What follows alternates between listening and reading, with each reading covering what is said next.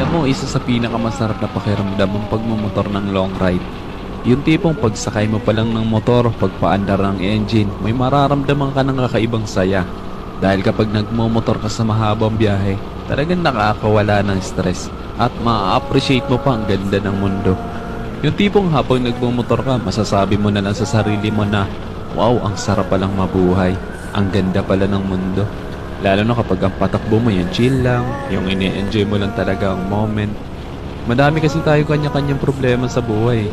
Pero kapag nagmumotor ka na, makakalimutan mong problema mo.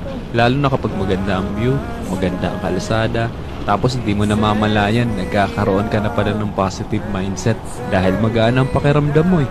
Kaya kapag stress ka na, kailangan mo lang din talaga minsan ng mahabang biyahe bilang isang pahinga eh. Ang weird no?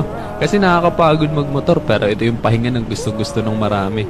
Pero sasabihin ko sa'yo, hindi ka tawa ng napapahinga kapag ka nagla-long ride ka eh. Kundi yung utak mo, kundi yung sarili mo mismo. Kaya deserve mo rin mag-enjoy. Deserve mo makarating sa magagandang lugar. Deserve mo ng bagong experience, ng bagong kwento.